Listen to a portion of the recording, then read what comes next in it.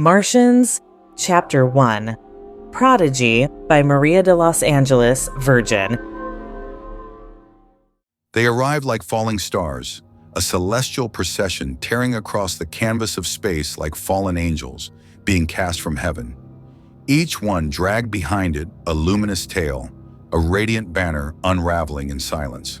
To the crew of MTG-9, this scattering brilliance was a physical manifestation of all the trials and tribulations they endured getting here. Space was the new frontier, and humans were going to tame the rough red planet called Mars. Like molten diamonds spilled upon the heavens, the crew watched in awe and silence behind the thick and large window from the mothership as the pods descended and crashed into the red earth. Gasps escaped from a few members while others spilled silent tears. The vacant blackness of space was no longer empty. It became a stage, a vast demonstration of the abilities humans claimed to possess. Darkness became light and death became life. We were the new gods, these scientists told themselves. A sky full of lighters, muttered Captain Furlow under his breath as he exhaled a large plume of smoke from the special cigar he saved for this very occasion. There was usually no smoking in the ship, but Captain Furlow did not have to answer to anyone. He too viewed the spectacle of the discharge pods from the safety of the mothership the crew had nicknamed the Maw. He, even more than the others, was especially excited for Phase 2 of Project Red Seed. The giant white pods, resembling eggs or seeds, carried the embryos of the future Mars Terraform Division, a new type of military personnel, quite literally also known as the Little Green Men. These Martians would be the ones to start terraforming the red planet. Once the pods dispatched and embedded themselves into the Earth, these new creatures will incubate and be born approximately 30 days later. They will be ready and equipped to handle the rough atmosphere of Mars.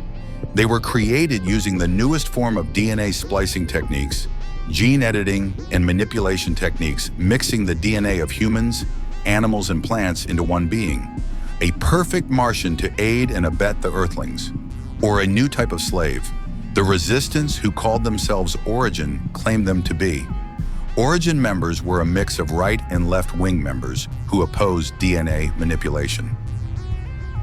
The faith of a mustard seed, proclaimed a female voice from the digital intercom that connected the Maw to its Earth station settled in Texas. President Darrenson's voice cut through the silence like a knife. Citizens of Earth. Each of these pods are like mustard seeds. They will soon grow and expand our home and help us reach a new frontier never before seen or experienced. You just gotta have a little faith. Today, we place the United Federation of America back on the map. She vocalized with power and pride in her speech dedicated to her end plan, monopolizing the new Martians for her plans regarding a future army. Just then, Captain Furlow reached out to mute the president with a quick and annoyed swipe of his hand on the controls. It was obvious he only tolerated her due to her position.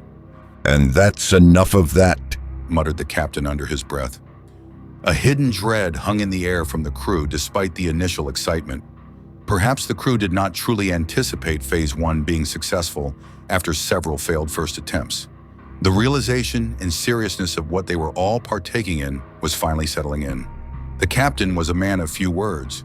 He was initially due to retire after the second failed attempt, but then he accepted the third mission to lead the crew of MTG-9 after his wife of 40 years passed in an accident. They had no children, but he had secretly volunteered his own DNA to the Martian project, and after her death, he was even more determined to see it to fruition. Nothing or no one was holding him back now. He had never spoken of this donation to his wife when she was alive, because he knew that she was on the side of the Resistance. He knew she would not approve. Only very few top-secret personnel knew he was the donor. And so he had lied to her all these years, telling himself, "What she does not know won't hurt her." That was the motto which kept his marriage from falling apart. But by now he was realizing that by investing in this project, it created a form of legacy for him, filled a void he did not know existed. In a strange way, these were his children, and therefore his charge. Seeing the pods fly through the air, alive, vibrant, and strong, created a sense of patrimonial responsibility in him he never felt before. After all, he was literally a part of these Martians via genes, and his name would go down in history because of it. If Phase 2 was successful, he vowed to go live and let the whole world know that it was he who should get the credit for the humanity of the Martians. He will never be forgotten. It had not occurred to him how this longing for a legacy motivated his passion until now. As he looked out from the main screen again and watched his children make their way towards their new home, a sense of pride itched in the back of his mind. As strange as it sounded in his mind, he imagined his seeds implanting into the womb of planet Mars, impregnating her. A darkness fell upon his face, a darkness disguised as light, but truly it was a darkness that left him psychologically cracked. Many people back on Earth were against the Mars Terraform Initiative. Not just his wife, but also high-end government leaders and the next few candidates for presidency even. Captain Furlow's lip curled. Perhaps he should run for president. Maybe it would be a good thing if these Martians formed an army. He muttered to himself, forgetting people were in the room with him. Then we can take out everyone against us. Everyone here, his hand-picked crew, carried the same sense of charge and responsibility as he. They all had something to prove in one way or another, and that united front carried over in their endless passion for these new creatures. But the unease that had grown was starting to settle in the air as the crew listened to the captain talk to himself. Just then, the captain slammed down on the mic button, startling everyone into a jump. Fellow Earthlings. Captain Furlow projected into the mic in front of his camera crew that was being aired down to Earth. He took the cue from the blinking mic button when the president had finished her speech. There were many things that he was not allowed to disclose, but he already had a small speech memorized just for this day. These pods will take roughly 30 days to incubate, and in that time, we will monitor their growth cycle, their vitals, and register this information down home for all of you to be a part of.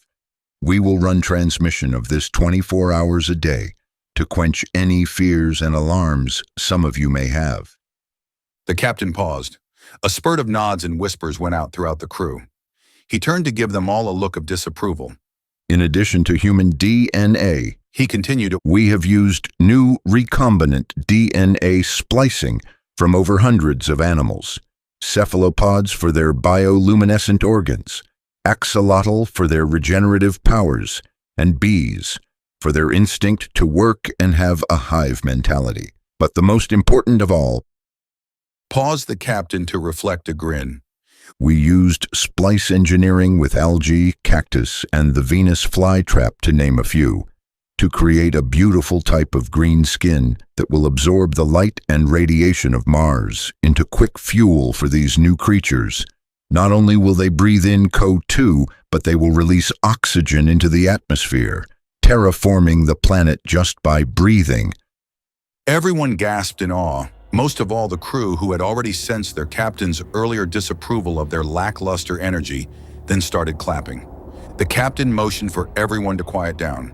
These new Martians will never know hunger, never feel pain or exhaustion due to their plant adaptogens, and best of all, the captain paused for dramatic appeal. They will do all this work instinctively and as happily as a bee building and creating their hive.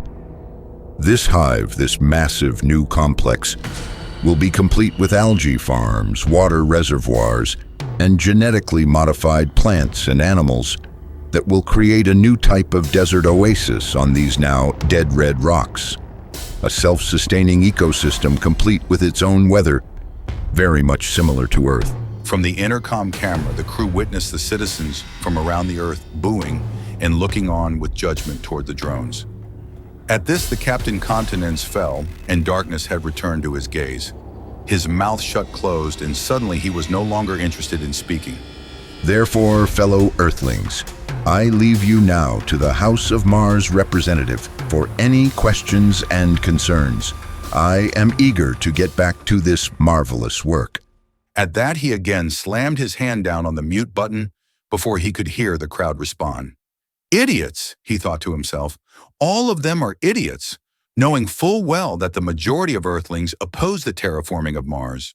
Well, we may very well just have to win them over by force. The captain muttered to himself once more, leaving the crew to question his state of mind. The mothership passed over the Martian sky in ethereal silence, and resumed broadcasting the visual scene down to the Earthlings. Giant white egg-type pods blazed through the thin atmosphere, each finally slamming into the red dust of Mars, timed perfectly within minutes of each other. They burrowed deep, their shells absorbing the shock waves from impact, signaling the pod to commence growth in vital sequences. The collision shot up the Richter scales on the maw, automatically initiating the impact shield. Phase 1 complete. Follow and help me bring more content to you.